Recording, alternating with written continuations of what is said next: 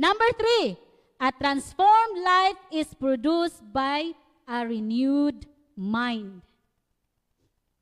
Ang kabag-uhan, ang kausaban sa kinabuhi, nagikan na siya sa, unsa man, sa imong pagbag-o sa imong hunahuna pod. Renewed mind. Gusto kag transformation sa imong kinabuhi, pero ang imong panghunahuna, wala na transform, wala nimo gi usab. Maura gihapon. Unsaan magpag-transform sa imong kinabuhi? Kung sa una kusog ka mag-cheat sa imuhang classmate, kay di man ka magtuon, mag-cheat na lang ka kay para sa yon. Di ba? Ay, nakarelate sila. Daghan siguro nag-cheat. Okay. Pero, kung i-renew ni mo imuhang mind, ay, magtuon ako kay para inig exam ni teacher. Dili na ko kinahanglan, mahimong giraffe. Yun naman, sige na, taas, liog, sige pa nga, ana. Oh, mahimong giraffe. Giraffe nga Kristohanon, sige rag panghimantay. O giraffe Christian. Kita na mo giraffe nga Christian?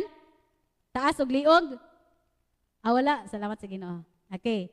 So dapat dili ta na, sige rag panghimantay. Og ni Pastor Dion pamanto, dapat daw ang pastor himantayon. Taas na migliog. Himantayon. Himantayon ba kanang magbantay gud siya kay shepherd man. Magbantay siya sa iyang mga flocks.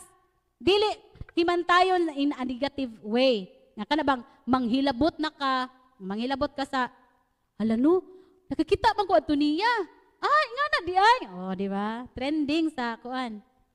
So, mo na siya. Dapat dili ta himantayon. Kundili magmabinantayon ta sa atong mga actions. Nakapahimaya ba na siya sa Ginoo? Nahimo ba kanang ligon sa church?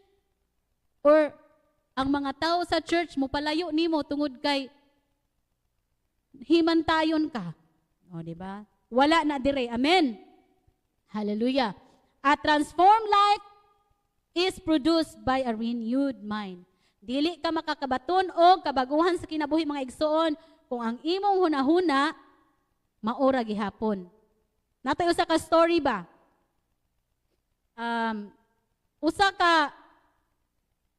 Usa ka farmer, nakakita siya og gamay nga piso.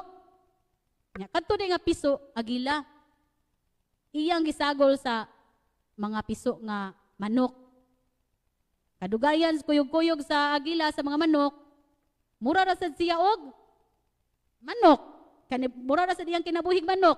Mutok-tok na siya, muhangad, nya mangihi, mutilaok, maura na. Oh, dili na mangihi ang manok. Oh, day no. Mo inom ra day. Dili mangiti. Naunsa man ay? O di ba ingana ra? Unya, mulupad. Ginagmay ra, ana. Manimantayon, dyan mo ba? Okay. So, mauna, hangtod nga, ni dako ang agila, niingon tong bata nga, pa, disadi ka, ana, pa, lahi man na siya. O purma, mura man dyan na siya, agila. Imo man nagitipo sa mga manok. Ingon siya, agila lagi ni Doy. Unya, naaman siya sa kauban sa mga manok, so, mauna siyang, mura siyang manok. Pero ingon iyang anak, dalha na ngadto sa ako'y tudlo ing anak niya pa. Kay aron nga makamao siya mulupad. So ang agila pod giitsa sa bata. Nya mura ra iyang unahuna kay mura ra malagig manok kay manok na madjud iyang na kauban. So gamay ra iyang niluparan. Unahuna sa agila ba nga maura man jud nga pugson man jud ko ninyo nga akong mga kauban ganing pariha raman pero kadugayan na open up iyang mind. Siya nga lahi man jud ay kuno. Lahi kog porma, di ba? Lahi ang porma sa agila o sa manok. Oh, unsa man ang porma sa agila? Dakog mata. Na nindot sig sang mata no. Unsa man porma sa agila be? Kita na mo? Oh, dako kay siya og wings. Oh, ang manok kay gamay ra. Oh, kanang naara sa baligya bitaw. Chicken wings. Okay, so dala sa bata ngadto sa bukid. Iyang giingnan. Agila ka, dili ka manok. Ingnan. Agila lagi ka, dili ka manok. Iyahang giitsa-itsa ang agila. Nya kay kulbaan siguro ang agila ba di siya mo kuan. Adto ra siya sa mutugpa sa kuan. Gilabog sa bata dito sa pangpang. So, unsay nahitabo? Giingnan siya sa bata nga i-open ang iyahang pako. Spread imuhang wings and fly. Og ang agila ning soar high.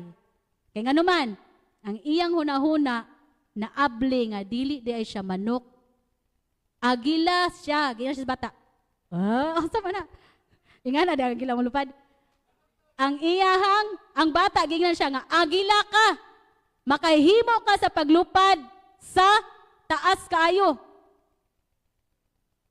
Dapat ang atong mga hunahuna, mga igsoon, dili parihas sa mga manok. Kung unsa ra, maura man jud ni akong makaya, pastora. Maura jud ni. Dili na ko kuan. Dapat i-renew nato ato ang mind nga mga Kristohanon man ta, believers ta ni Jesus Christ. We are serving great God. Makahimo ta pag soar high sa mga problema nga atong maagian sa kinabuhi. Amen. Amen. So, spread your wings like eagles.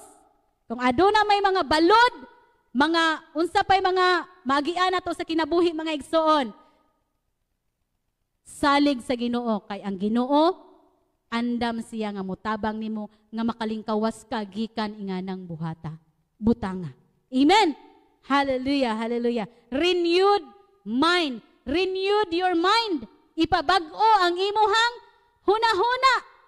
Changing how we think through God's Word. Unsaon man nato pagpausab sa atong hunahuna? Pinaagi sa pulong sa Ginoo mga igsoon. Remember, Christianity is not behavior modification. It is heart and mind transformation. Ang Christianity mga igsoon, dili na siya makita sa imuhalang behavior o sa kundili sa imong kasing-kasing o sa imong hunahuna transformation. Hallelujah. So, ang Kristohanon dili lang pag-usab sa pamatasan kundi pagbag-o sa kasing-kasing og hunahuna. Amen. Ezekiel chapter 36 verse 22 at 26, gitagaan ta sa Ginoo og new heart og new spirit. New heart sa dihang misurrender ka sa Ginoo, gi-receive nimo, gi-accept nimo si Jesus Christ as your personal Lord and Savior, naa kay new heart ug new spirit. Amen. Hallelujah. Praise the Lord.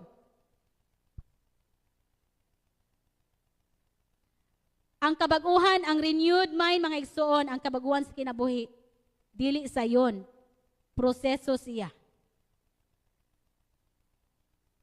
Pero hinumduman nato, ingon ang Philippians chapter 1 verse 6, ang Dios nga nagsugod og maayong buhat diha kaninyo, magpadayon hangtod kini mahuman.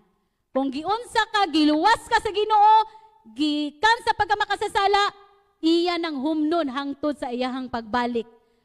Na aduna may mga panahon nga nadagma ka, napandol ka, tabangan ka sa Ginoo mga igsuon, kay gusto ang Ginoo nga makakita nimo nga faithful ka nga nangalaga diha niya.